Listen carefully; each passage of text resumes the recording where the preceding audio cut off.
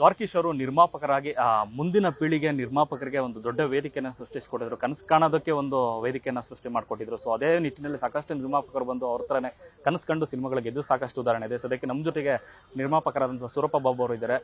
ಅಂತಿಮ ದರ್ಶನಕ್ಕೆ ಬಂದಿದ್ದಾರೆ. ದ್ವಾರಕೀಶ್ ಅವರ ಒಂದಷ್ಟು ನೆನಪುಗಳ ಬಗ್ಗೆ ಒಂದಷ್ಟು ಮಾತಾಡ್ಸೋಣ. ಸರ್ ನಮಸ್ತೆ. ಸರ್ ಮೊದಲೇ ಹೇಳಿದಾಗೆ ದ್ವಾರಕೀಶ್ ಅಂತಂದರೆ ಅದೊಂದು ಕನಸು, ಅಂದರೆ ಡ್ರೀಮ್ ಏನು ಕನಸು ಕಾಣ್ತಿರೋದ್ರೆ ತೆರೆ ಮೇಲೆ ತಂದು ಜನಗಳು ಕೊಡ್ತಾ ಇದ್ದಂಥ ವ್ಯಕ್ತಿತ್ವ ಅವ್ರದ್ದು. ಸೊ ನಿರ್ಮಾಪಕರಾಗಿ ನಿಮ್ಗೆ ಎಷ್ಟು ಸ್ಫೂರ್ತಿ ಕೊಡ್ತಾ ಇದ್ರು ದ್ವಾರಕೀಶ್ ಅವರು? ಒಂದು ರೀತಿ ನಾವು ಸಿನಿಮಾ ರಂಗಕ್ಕೆ ಬರೋಕ್ಕೆ ಮುಂಚೆಯಿಂದನೂ ಅವರು ನಮಗೆ ಕನ್ನಡ ತೆರೆ ಮೇಲೆ, ಬೆಳ್ಳಿ ತೆರೆ ಮೇಲೆ ಅವರು ಒಂದು ಟೈಟ್ಲ್ ಕಾರ್ಡ್ ಹಾಕಿದ ತಕ್ಷಣ ಒಂದು ಕರ್ನಾಟಕ ಮ್ಯಾಪ್ ಆಗ್ಬೋದು. ಇವತ್ತಿಗೂ 50 ವರ್ಷಗಳಿಂದ ನಾವು ಸಿನಿಮಾ ನೋಡ್ಕೊಂಡು ಬಂದಾಗಿಂದ ನಮಗೆ ಅದು ಇವತ್ತಿಗೂ ಅದು ಕಣ್ಣಿಗೆ ರಾರಾಜಿಸ್ತಿದೆ. ಯಾಕಂದರೆ ಕನ್ನಡ ಚಿತ್ರರಂಗದಲ್ಲಿ ಭಾಳಷ್ಟು ನಮ್ಮ ಜನ್ರೇಷನ್ ಮುಂಚೆ ಇದ್ದ ಒಂದು ಜನ್ರೇಷನಲ್ಲಿ ಒಂದು 10 ಜನ ಟಾಪ್ ಪ್ರೊಡ್ಯೂಸರ್ಗಳಿದ್ರು. ಅದರಲ್ಲಿ ಒಂದು ಪಾರ್ವತಮ್ಮ ಆಗ್ಬೋದು, ವೀರಸ್ವಾಮಿ ಆಗ್ಬೋದು, ಅಬ್ಬಾಯಿ ನಾಯ್ಡು ಆಗ್ಬೋದು, ಮತ್ತು ನಮ್ಮ ದ್ವಾರಕೀಶ್ ಅವರು ಆಗ್ಬೋದು. ಈ ಥರ ಒಂದು ಕ್ಯಾಟಗರಿನಲ್ಲಿ ಬಂದಾಗ ನಮ್ಮ ಮುಂಚಿನ ಒಂದು ಜನ್ರೇಷನ್ ಏನಿತ್ತು ಅವರೆಲ್ಲರೂ ನಮ್ಮ ಕನ್ನಡ ಚಿತ್ರರಂಗಕ್ಕೆ ನಮಗೆಲ್ಲ ಸ್ಫೂರ್ತಿನೇ. ಅದರಲ್ಲೂ ವಿಶೇಷವಾಗಿ ದ್ವಾರಕೀಶ್ ಅವರು ಮಾಡ್ತಿದ್ದಂಥ ಒಂದು ಚಿತ್ರಗಳಾಗ್ಬೋದು, ಆಮೇಲೆ ಅವ್ರು ತೊಗೊತಿದ್ದ ರಿಸ್ಕ್ಗಳಾಗ್ಬೋದು, ಕನ್ನಡ ಚಿತ್ರರಂಗಕ್ಕೆ ಒಂದು ದೊಡ್ಡ ಮಟ್ಟದಲ್ಲಿ ಅದೊಂದು ರಿಸ್ಕೆ. ಆಮೇಲೆ ಆವಾಗಲೇ ನಮ್ಮ ಹತ್ರ ಎಲ್ಲ ಹೇಳೋರು, ಲಂಡನ್ನಲ್ಲಿ ಸಾಂಗ್ ರೆಕಾರ್ಡಿಂಗು, ಇಂಡಿಯಾದಲ್ಲಿ ಸಾಲ ಕಣೋನವರು, ಆಫ್ರಿಕಾದಲ್ಲಿ ಶೀಲಾ ಅಂತ ಒಂದು ಸಿನಿಮಾ ಮಾಡಿ ಅವರು ತುಂಬ ಕೆಂಗೆಟ್ಟು ಕೂತಿದ್ರು.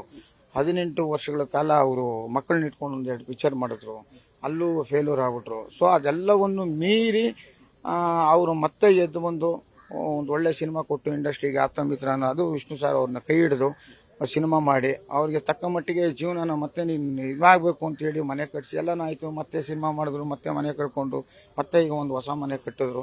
ಅವರು ಸೋಲು ಗೆಲುವಿಗೆ ಯಾವುದಕ್ಕೂ ಕೇರ್ ಮಾಡದೆ ಚಿತ್ರರಂಗಕ್ಕೆ ಕೆಲವರಿಗೆ ಸ್ಫೂರ್ತಿಯಾಗಿದ್ದಾರೆ. ಅದನ್ನು ಅವ್ರ ಬಗ್ಗೆ ನಾವು ಮಾತಾಡೋದು ಆ್ಯಕ್ಚುಲಾಗಿ ತುಂಬ ಚಿಕ್ಕವರು. ಬಟ್ ಅವ್ರ ಬಗ್ಗೆ ಮಾತಾಡಬೇಕು ಅಂತಂದರೆ ನಮಗೆ ಸಿಕ್ಕಿದಾಗೆಲ್ಲ ನಾವು ಪರ್ಸನಲ್ ಆಗಿ ಅವ್ರು ನಮ್ಮ ಹತ್ರ ಒಂದು ಮಾತು ಹೇಳ್ತಾಯಿದ್ರು, ಸಿನಿಮಾ ಸ್ಕ್ರೀನಿಗೆ ನೀವು ಮೋಸ ಮಾಡಬೇಡಿ, ಅದೊಂದನ್ನು ನೀವು ಮನಸ್ಸಲ್ಲಿ ಇಟ್ಕೊಂಡು ನೀವು ಸಿನಿಮಾ ಮಾಡಿ, ಅರ್ಜೆಂಟಿಗೆ ಸಿನಿಮಾ ಮಾಡಬೇಡಿ, ತುಂಬ ಯೋಚನೆ ಮಾಡಿ, ಕತೆ ಬಗ್ಗೆ ತಲೆ ಕೆಡಿಸ್ಕೊಳ್ಳಿ ಅಂತಂತ ಹೇಳಿ ನಮಗೆ ಸಾಕಷ್ಟು ಟಿಪ್ಸ್ಗಳನ್ನ ಕೊಟ್ಟಿದ್ದಾರೆ. ಅದರ ಬಗ್ಗೆ ಅವರು ತುಂಬ ಅಪಾರವಾದ ಗೌರವ. ಅವರಿಗೆ ಇವತ್ತು ಇಂಡಸ್ಟ್ರಿ ಒಳ್ಳೆಯ ಮಟ್ಟದಲ್ಲಿ ಗೌರವಯುತವಾಗಿ ಅವರ ಒಂದು ಅಂತಿಮ ಯಾತ್ರೆಗೆ ಸಿದ್ಧಪಡಿಸಿ ಸರ್ಕಾರದಿಂದ ಆಗಲಿ, ನಮ್ಮ ವಾಣಿಜ್ಯ ಮಂಡಳಿಯಿಂದ ಆಗಲಿ ಎಲ್ಲರೂ ಸಹಕಾರ ಕೊಡ್ತಾ ಇದ್ದಾರೆ. ತುಂಬ ಖುಷಿ ಆಗ್ತಾಯಿದೆ.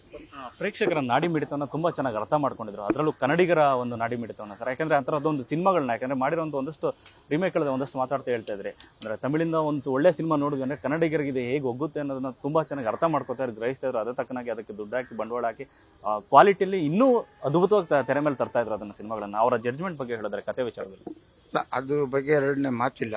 ಅವರು ನಿರ್ಮಿಸಿರೋ ಒಂದು 50 ಸಿನಿಮಾಲಿ ನನಗೆ ತಿಳಿದ ಮಟ್ಟಂಗೆ ಒಂದು 35-40 ಸಿನಿಮಾ ರೀಮೇಕ್ ಸಿನಿಮಾನೇ.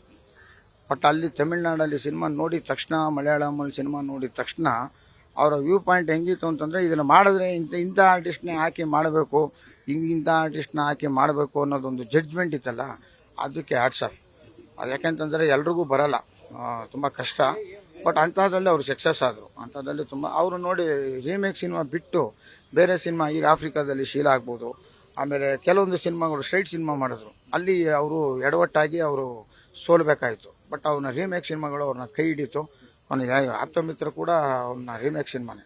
ಬಟ್ ಅವರು ಆ ಜಡ್ಜ್ಮೆಂಟಲ್ಲಿ ಅವರು ಕರೆಕ್ಟಾಗಿ ಬಿಸ್ನೆಸ್ ಮೈಂಡಾಗಿ ತುಂಬ ಯೋಚನೆ ಮಾಡ್ತಾಯಿದ್ರು. ಅದಕ್ಕೆ ಅವ್ರಿಗೆ ಇದು ಹೇಳಬೇಕು. ಆಮೇಲೆ ನೋಡಿ, ಇವರು ಅವರ ಕಸಿನು ಸಂಜೀವ ಅಂತಂತೇಳಿ, ಇವರು ಅವರ ಒಡನಾಟಿ, ಇವರು ಸಿನಿಮಾ ರಂಗಕ್ಕೆ ಅವ್ರ ಮುಖಾಂತರನೇ ಬಂದಿದ್ದು ಅವ್ರ ಕಸಿನು. ಬಟ್ ಅವರು ಬ್ಯಾನರಲ್ಲೇ ಇವ್ರೂ ಜೊತೆಯಲ್ಲಿದ್ದು ಎಲ್ಲ ಮಾಡಿ, ಇವರು ನಿರ್ಮಾಪಕರಾಗಿ ಇವ್ರನ್ನೂ ಅವರು ಬೆಳೆಸಿ, ಇವರು ಅವ್ರು ಸಿನಿಮಾ ಮಾಡೋ ಥರ ಮಾಡಿ, ಕೊನೆಗೆ ಯಾವುದೋ ಒಂದು ವಿಷಯಕ್ಕೆ ಅವ್ರಿಗೂ ಇವ್ರಿಗೂ ಹಣಕಾಸು ಆಯಿತು. ಆದರೆ ಕೊನೆಯಲ್ಲಿ ಈ ವ್ಯಕ್ತಿನೇ ಅವ್ರಿಗೆ 2 ತಿಂಗಳು 3 ತಿಂಗಳು ಮುಂಚೆ ಫೋನಲ್ಲಿ ಮಾತಾಡಿ, ನೀನು ನನಗೆ ಹಣ ಕೊಡದೆ ಹೋದರೂ ಪರವಾಗಿಲ್ಲ, ನೀನು ಚೆನ್ನಾಗಿರ್ಬೇಕು, ಇಂಡಸ್ಟ್ರಿಗೆ ನಮ್ಮನ್ನೆಲ್ಲ ಕರ್ಕೊಂಬಂದಿದ್ಯಾ ಅಂತ. ಅಂಥ ಒಂದು ಫ್ರೆಂಡ್ಶಿಪ್ಪು, ಅಂಥ ಒಂದು ಇದು ಎಲ್ಲರಿಗೂ ಬರೋದಿಲ್ಲ. ಸೊ ಅಂಥ ಮಟ್ಟದಲ್ಲಿ ಆ ಥರ ಒಂದು ಸ್ನೇಹಿತನ, ಆಮೇಲೆ ವ್ಯಕ್ತಿಗಳನ್ನ ಅವ್ರ ಜೊತೆಯಲ್ಲಿ ಸಂಪಾದನೆ ಮಾಡಿದ್ರು. ಅದು ತುಂಬ ಇಂಪಾರ್ಟೆಂಟ್ ಆಗುತ್ತೆ. ಸೊ ಇವತ್ತು ಇಂಡಸ್ಟ್ರಿ ದೃಷ್ಟಿಯಿಂದ ಒಬ್ಬ ಒಳ್ಳೆ ನಿರ್ಮಾಪಕನ ನಾವು ಕಳ್ಕೊಂಡಿದ್ದೀವಿ. ಸೊ ಅವರು ಹಾಕ್ಕೊಟ್ಟ ಒಂದು ಕೆಲವು ಮಾರ್ಗಗಳನ್ನ ನಾವು ಮುಂದೆ, ನಮಗಿನ್ನ ಹಿಂದೆ ಬರ್ತಾ ಇದ್ದಾರೆ, ನಮ್ಮಿಂದ ಬರ್ತಾ ಇರೋ ನಿರ್ಮಾಪಕರುಗಳು ಇದನ್ನೆಲ್ಲ ಸ್ವಲ್ಪ ಕಲ್ತ್ಕೋಬೇಕು ಅನ್ನೋದು ನಮ್ಮ ಒಂದು. ಅವರ ಸಾಧನೆ ಬರೀ ಕನ್ನಡಕ್ಕಷ್ಟೇ ಸೀಮಿತ ಆಗಲ್ಲ. ಸೌತ್ ಇಂಡಿಯಾದಲ್ಲಿ ಅಂದರೆ ದ್ವಾರಕೀಶ್ ಚಿತ್ರ ಅಂತಂದ್ರೆ ಆ ಪ್ರೊಡಕ್ಷನ್ ವ್ಯಾಲ್ಯೂಸ್ ತುಂಬ ದೊಡ್ಡದಿರೋದು. ಯಾಕಂದರೆ ರಜನಿಕಾಂತ್ ಅವರು ಸೂಪರ್ ಹಿಟ್ ಸಿನಿಮಾಗಳು ಕೊಟ್ಟು ನಿದರ್ಶನಗಳಿದೆ. ಅಲ್ಲ ಅವರು ಎಲ್ಲ ಲ್ಯಾಂಗ್ವೇಜಲ್ಲೂ ಸಿನಿಮಾ ಮಾಡಿದ್ರು, ಎಲ್ಲ ಲ್ಯಾಂಗ್ವೇಜಲ್ಲೂ ಅವರು ಇದಾಯಿದ್ರು. ಬಟ್ ಒಂದು ನನಗೆ ಇನ್ನೂ ಜ್ಞಾಪಕ ಇದೆ, ಅಡುತ್ತ ವಾರಿಸು ಅಂತ ಒಂದು ಸಿನಿಮಾ ಮಾಡಿದರು ರಜನಿಕಾಂತ್ ಅವರು ಶ್ರೀದೇವಿ ಅವ್ರ ಜೊತೆ. ಆ ಸಿನಿಮಾದಲ್ಲಿ ಮನೋರಮಾ ಅಂತ ಒಬ್ಬ ಗಿನ್ನಿಸ್ ರೆಕಾರ್ಡು ಸಾವಿರಾರು ಚಿತ್ರ ಮಾಡಿರ್ತಕ್ಕಂಥ ಒಬ್ಬ ನಟಿ, ಆ ನಟಿ ಒಂದು ಫಂಕ್ಷನಲ್ಲಿ ಹೇಳಿದ್ರು, ನಾನು ನೋಡ್ದಂಗೆ ನಿರ್ಮಾಪಕ ಅಂತಂತಂದರೆ ಇಡೀ ನಮ್ಮ ಸೌತ್ ಇಂಡಿಯಾದಲ್ಲಾಗ್ಬೋದು, ಭಾರತ ದೇಶದಲ್ಲಾಗ್ಬೋದು ನಾನು ನೋಡಿದ ಏಕೈಕ ಒಂದು ಅತ್ಯದ್ಭುತವಾದ ನಿರ್ಮಾಪಕ ಅಂತಂದರೆ ಅದು ದ್ವಾರಕೀಶ್ ಅಂತ ಆಯಮ್ಮ ಒಂದು ಸ್ಟೇಜಲ್ಲಿ ಹೇಳ್ತಾರೆ.